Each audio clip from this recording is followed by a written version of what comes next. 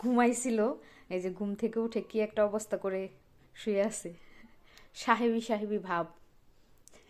পড়ালেখা করে ছেলে মেয়ে আর যত ঝামেলা বা চিন্তা টেনশন সব হচ্ছে মায়েদের।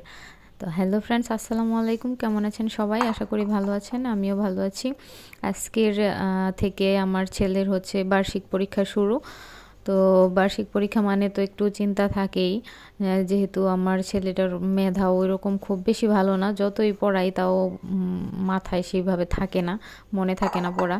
তাই তেমন একটা টেনশনও করি না, আবার একটু করতেও হয় যেহেতু বার্ষিক পরীক্ষা। তো আজকে থেকে পরীক্ষা, সকাল সকাল উঠে গিয়েছি, উঠে কি রান্না করব সেটা ভাবতে ভাবতে আমার সাথে সাথে মেয়ে উঠে চলে আসছে। মানে কী রান্না করব এখন, সে আমি খাট থেকে নামতে নামতে ও উঠে গেছে। এখন দেখি বেগুন ভর্তা বানাবো। সকালে বেগুন ভাবছি আজকে পুরে ভর্তা বানাবো। তো তার জন্য বেগুন মাঝখান থেকে কেটে নিছি, আর কিছু কিছু রসুনের কোয়া ছুলে নিতেছি। ওগুলা বেগুন যে মাঝখান থেকে কেটেছি ওইটার ভিতরে দিয়ে তারপর উপর দিয়ে তেল লাগিয়ে চুলায় বসিয়ে দিব পোড়ার জন্য। তারপর গিয়ে দেখি মেয়েকে আবার ঘুম পাড়ানো যায় কিনা। তো বেগুনগুলো প্রথমে আমি ভালো করে ধুয়ে নিয়েছি, ধুয়ে তারপরে মাঝখান দিয়ে কেটে নিছি। আর রসুনগুলো হচ্ছে খোসা ছাড়িয়ে এই তো বেগুনের ভিতর একটা একটা করে দিয়ে দিচ্ছি, তাহলে বেগুনের সাথে সাথে রসুনগুলো সেদ্ধ হয়ে যাবে। দুইটার ভেতরেই ভালো করে দিয়ে রসুন দিয়ে দিব। আর রসুন আর বেগুন দুইটা একসাথেই পোড়া হবে, যেহেতু বেগুনও পড়বে রসুনও পড়বে। রসুনের পোড়া ঘ্রাণের ভর্তাটা অনেক টেস্ট হবে। দুইটা বেগুনেই রসুন ভিতরে ঢোকানো শেষ। দুইটার মধ্যেই রসুন দিয়ে নিয়েছি। এখন উপর দিয়ে সরিষার তেল মেখে নিব। সরিষার তেল মেখে নিলে বেগুনটা পুড়ে যায় না, আর খোসাগুলো সহজে উঠে আসে পোড়ার পরে। তাই আমি ভালোভাবে দুইটা বেগুনের মধ্যেই চারদিক দিয়ে ভালো করে মেখে মেখে সরিষার তেল দিয়ে দিচ্ছি।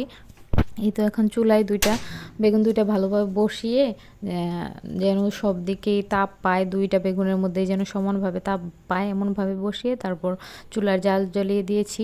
আর এই যে কিছুক্ষণ পর আমি আবার বেগুনগুলো উল্টে দিয়েছি। তারপর আমার শাশুড়ি আম্মাকে বলেছিলাম যে আপনি একটু বসেন, বেগুনগুলো ভালো করে চারদিকে পোড়া পোড়া করে ভাজেন, আমি সুরাকে খাইয়ে আসি।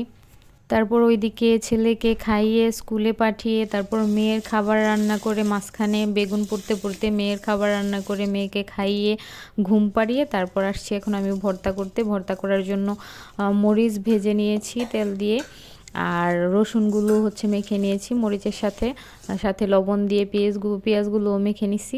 সাথে দিচ্ছি সরিষার তেল একটু বেশি করে। আর এখন আমি ওই যে বেগুনগুলো বেছে নিয়েছিলাম সুন্দর করে, সেটা ভিডিওতে করতে পারিনি।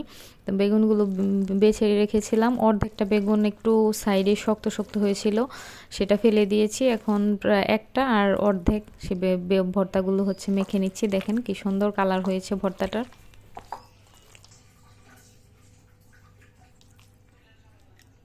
আমার শ্বশুর আব্বা হচ্ছে ধনেপাতা খেতে চায় না, ওনার নাকি ধনেপাতার ঘ্রাণটা পছন্দ না। তাই আমার শ্বশুর আব্বার জন্য বাটিতেও কিছুটা ভর্তা উঠিয়ে রেখে আমরা যেটুকু খাবো সবাই সেটার মধ্যে এই যে ধনেপাতা মেখে নিয়েছে। আর এই যে এটা আমার শ্বশুর আব্বার, আর এই যে এটা আমাদের সবার ধনেপাতা দিয়ে ভর্তা মেখে নিয়েছি। ধনেপাতা দেওয়ার পরে ভর্তাটার কালার কিন্তু আরও অনেক বেশি সুন্দর হয়েছে। যাই হোক, এখন আমি মুরগির মাংস রান্না করব। আর অনেক সকালে ওঠা হয়, তাও দেখা যায় যে রান্না শেষ করতে করতে অনেকটা দেরি হয়ে যায়, কারণ কিছুটা রান্না হওয়ার মাঝখানে আবার মেয়ে উঠে যায়, তারপর আবার ছেলেকে খাইয়ে স্কুলে বিদায় করে দিয়ে তারপর আবার রান্না শুরু করতে হয়। তো এদিকে আমি মুরগির মাংসটা বসিয়ে দিচ্ছি। কথা বলতে বলতে এদিকে মুরগির মাংসে আমি তেল গরম করে পেঁয়াজ দিয়ে দিয়েছিলাম, আর তারপর দিয়ে দিয়েছি হলুদ, মরিচ, ধনিয়ার গুঁড়া। এখন কিছুটা নেড়েচেড়ে কষিয়ে নিব। আবারও পানি দিয়ে তারপর তেলটা উপরে ভেসে ওঠার আগ পর্যন্ত ভালো করে নেড়েচেড়ে কষিয়ে নিচ্ছি। এখন মাংস দিয়ে দিব, মাংসের সাথে আলু দিচ্ছি। আমরা সবাই যেহেতু মাংসে আলু পছন্দ করি, মাংসের সাথে আলু দিচ্ছি। আর এটা যেহেতু মুরগির বুকের মাংস, অল্প একটুই ছিল, শুধু বাচ্চাদের জন্য রান্না করছি মুরগির মাংসটা। আমাদের জন্য বেগুন ভর্তা আর আগের কালকে রাতে কিছু তরকারি ছিল, সেগুলো আমরা খেয়ে নিব, এটা বাচ্চারা খাবে। রান্না করতে করতে সবাইকে একটা কথা বলে নিচ্ছি প্রতিদিনের মতো, যারা ফেসবুক থেকে আমার ভিডিওটি দেখছেন তারা আমার পেজটি একটি ফলো দিয়ে দিবেন, লাইক কমেন্ট শেয়ার করবেন। আর যারা ইউটিউব থেকে আমার ভিডিওটি দেখছেন তারা আমার চ্যানেলটি সাবস্ক্রাইব করে দিবেন, লাইক কমেন্ট শেয়ার করবেন। আর যারা অলরেডি কাজটি করে ফেলেছেন তাদেরকে অসংখ্য ধন্যবাদ। এদিকে আমার মুরগির মাংস কষানো প্রায় শেষ, অনেকক্ষণ ঢেকে ঢেকে তারপর নেড়ে চেড়ে কষিয়ে নিয়েছি।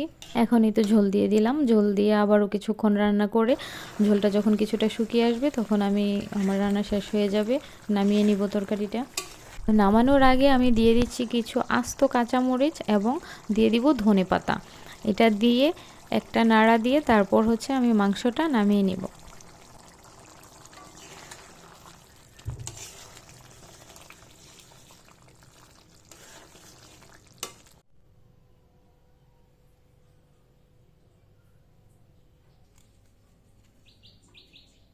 আসলে মা হয়ে যাওয়ার পর মায়েদের ঝামেলা কখনোই শেষ হয় না। সে বাচ্চা হওয়ার পর থেকে ছোট ছোট থাকতে একরকম ঝামেলা থাকে, তারপর যখন আস্তে আস্তে বড় হয়, স্কুলে যায়, ঝামেলাটা একটু বেড়ে যায়, অন্যরকম হয়ে যায়। আরও যখন আস্তে আস্তে বড় হয় তখন মায়েদের ঝামেলা আসলে শুধু বাড়তেই থাকে। মায়েদের চিন্তা, বাচ্চাদের নিয়ে, ছেলে মেয়েদের নিয়ে মায়েদের চিন্তা কখনোই শেষ হয় না। এই তো বলেছিলাম না যে পরীক্ষা ছেলের হলেই কি ছেলে মেয়ের হলেই কি, আসলে মায়েদের চিন্তাটা অনেক বেশি। পরীক্ষা দেয় বাচ্চারা কিন্তু টেনশন বা কষ্ট সবই কোনো অংশে মায়েদের কম না। মায়েদের সব দিক দিয়ে টেনশন করতে হয়, অনেক বেশি চিন্তা থাকে। আর সেই তো রান্না বাড়া শেষ করে এক ফোঁটা পানিও আমি খাইনি, আমি খাওয়ার সময় পাইনি। রান্না শেষ করে তাড়াতাড়ি চলে এসেছি স্কুলে। মেয়েটাও আবার ঘুমিয়েছে খেয়ে, তো ভাবলাম তাড়াতাড়ি স্কুলে চলে যাই। ও ঘুমাতে ঘুমাতে চলে এসেছি স্কুলে, যেহেতু পরীক্ষা আজকে থেকে। আর কালকে ছিল গত পরশু আর কালকে ছিল বৃহস্পতিবার ছিল অনুষ্ঠান স্কুলে, যেহেতু ক্লাস পার্টি পরীক্ষা আজকে থেকে, ক্লাস পার্টি ছিল বৃহস্পতিবার, আর শুক্র শনি 2 দিন তো বন্ধই ছিল, যার কারণে এই মাসের বেতন আর পরীক্ষার ফিটা দেয়া হয়নি। তাই আজকে আমি চলে এসেছি স্কুলে, বেতন আর পরীক্ষার ফিটা দিয়ে ওকে প্রবেশপত্র দিয়ে তারপরে যাব। আর আজকে অঙ্ক পরীক্ষার জন্য আমার অনেক বেশি টেনশন হচ্ছে, কারণ আমার ছেলেটা অঙ্কে খুবই বেশি দুর্বল। অঙ্ক তেমন পারে না বললেই চলে, খুব কম পারে, একটু মেধা এমনিতেও একটু কম, পড়ালেখা খুব বেশি মনে থাকে না, তার মধ্যে অঙ্কে একটু বেশি কাঁচা, তাই অনেক বেশি টেনশন হচ্ছে আমার। তার মধ্যে স্কুলে এসে দেখি ক্যালকুলেটরটা ভেঙে ফেলছে। আজকে অঙ্ক পরীক্ষা, আজকে এই ক্যালকুলেটরটা ভেঙে ফেলছে। শূন্য বাটনে নাকি কাজ করতেছিল না, তো সে একটু পণ্ডিতাম করে কি করছে যে যেহেতু কাজ করতেছে না, ক্যালকুলেটরটা খুলে দেখি। তো খোলার পরে সে আর লাগাতে পারতেছে না, এসে দেখি ওর এক ফ্রেন্ড আমাকে দিছে, আন্টি এই যে দেখেন শুভ্রর ক্যালকুলেটর ভেঙে গেছে। তারপর আমার তো মেজাজ খারাপ হয়ে গেছে, আমি ফেলে দিছি। কেনা লাগে আজকে অঙ্ক পরীক্ষা শূন্য যখন কাজ করতেছে না, তুমি স্যারকে দিতে পারতা বা আমাকে বলতা শূন্য কাজ করে না করলো, অন্যগুলো দিয়ে কাজ করতেছে, তুমি কেন খুলতে গেছো, এখন তো লাগানো যাবে না। কিরকম বাচ্চাদের সাথে রাগ করে আর বাকিটা আল্লাহর হাতে, আল্লাহ বেতন টেতন দিয়ে আমি এখন চলে যাচ্ছি, ওর হাতে প্রবেশপত্রটা দিয়ে বাসায় চলে আসবো। তো বাসায় এসে আমি যেহেতু নাস্তা করে যাইনি, বাসায় এসে বোরকাটা খুলে আগে আমি নাস্তা করে নিয়েছি। নাস্তা করে তারপর দেখলাম যে মেয়েটা এখনও ওঠেনি, যেহেতু ও ওঠেনি, ওঠার আগে আমি কিছুটা কাজ সেরে নিই। মাংসটা আমি যে ভিজিয়ে রেখে গিয়েছিলাম সেটা একদম কেটে ধুয়ে পেঁয়াজ আদা রসুন সব কিছু বের করে আমি নাস্তা করে নিয়েছি। নাস্তা করে তারপর এখন মাংসটা বসিয়ে দিব। এর মাঝখানে মেয়ে উঠে গিয়েছিল, ওকে খাইয়ে আমি নিচে দিয়ে আসছি খেলা করার জন্য। ও এখন খেলা করবে আর আমি মাংসটা এদিকে বসিয়ে দেব।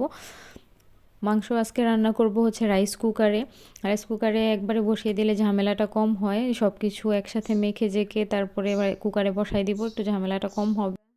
তারপর পেঁয়াজ, কাঁচা মরিচ, হলুদ মরিচ, ধনিয়া, আদা রসুন, তারপর গোটা গরম মশলা আর তেল সব কিছু একসাথে দিয়ে নিয়েছি। এখন একদম হাতে মেখে মেখে অনেক ভালো করে মেখে নিব। ওই মাখার মধ্যেই মাংসটা টেস্ট হবে, যেহেতু সব কিছু একসাথে মেখে নিচ্ছি আমি। মেখে বসানোর আসল টেস্টটাই হচ্ছে মাখানোর মধ্যে। আমি কুকারে রান্না করলে বেশিরভাগই আমি এভাবেই রান্না করি। আসলে মেয়েদের বিয়ের পরে আর বিয়ের আগের জীবনের সাথে আকাশ পাতাল পার্থক্য। তো মেয়েরা বিয়ের আগে কি করে, আমি এসএসসি পর্যন্ত আমার একটা কাপড় চোপড়ও কখনো ধুইনি, আমার মা ধুয়ে দিয়েছে। তারপরে যখন কলেজে গেলাম তখন তো হোস্টেলের খালা ধুয়ে দিত। তারপর যখন বিয়ে হলো, বিয়ের পরে তো সব কিছুই এখন নিজেকেই করতে হয়। নিজের যত কাজ, হাজব্যান্ডের যত কাজ, বাসার কাজ, বাচ্চাদের কাজ, সব কিছু। আসলে সকালবেলা ঘুম থেকে ওঠার পরে আর স্বস্তি পাওয়া যায় না, সারাটা দিনই কিছু না কিছু করতেই হয়। এই হলো সংসার জীবন, এভাবেই একটা মেয়ের সংসার জীবন, সারা জীবন এভাবেই কাজ করে যেতে হয়। খানো শেষ, এখন দিব আলু। আলু দেওয়ার পর আবারও ভালোভাবে মেখে নিব। এর আগেও আমি বলেছি যে আমরা সবাই মাংসের সাথে আলু অনেক বেশি পছন্দ করি। মাংসের সাথে আলু দিলে ভালো লাগে। আসলে আমার তো যে কোনো তরকারির সাথেই আলু দিলে একটা অন্যরকম ভালো লাগে। শুধু যে কোনো তরকারি শুধু শুধু রান্না করলে আমার মনে হয় যেন কেমন একটা অভোগ অভোগ লাগে, আভক্তি লাগে। একটু আলু দিলে অন্যরকম ভালো লাগে। সব কিছু মাখা শেষ, এখন বসিয়ে দিব। এই তো কুকারে দিয়ে দিলাম, এখন ঢেকে কুকারটা অন করে দিব। আমার মেয়ের পজিশনটা সবাইকে দেখাই। ঘুমাইছিল, এই যে ঘুম থেকে উঠে কি একটা অবস্থা করে শুয়ে আছে, সাহেবি সাহেবি ভাব। মাম্মি, তুমি একটা সাহেবি সাহেবি ভাবে শুয়ে আছো। তুমি মাম্মিকে ডাকোনি ঘুম থেকে উঠে, কোনো শব্দ নাই। হ্যাঁ হ্যাঁ হ্যাঁ, এটা উঠি একটু দেখি কি অবস্থা।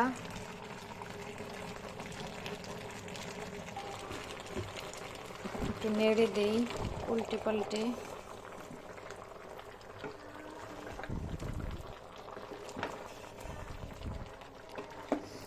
অনেকে ভাবতে পারেন যে রাইস কুকারে কেন আমি মাংস রান্না করি। আসলে রাইস কুকারে মাংসটা রান্না করতে আরাম, আর এভাবে মেখে সব কিছু একসাথে কুকারে বসাই দিলে টেস্টেরও কিন্তু কোনো ব্যবধান হয় না, ভালোই লাগে খেতে। তো আমি আবারও ঢেকে দিব নেড়ে চেড়ে।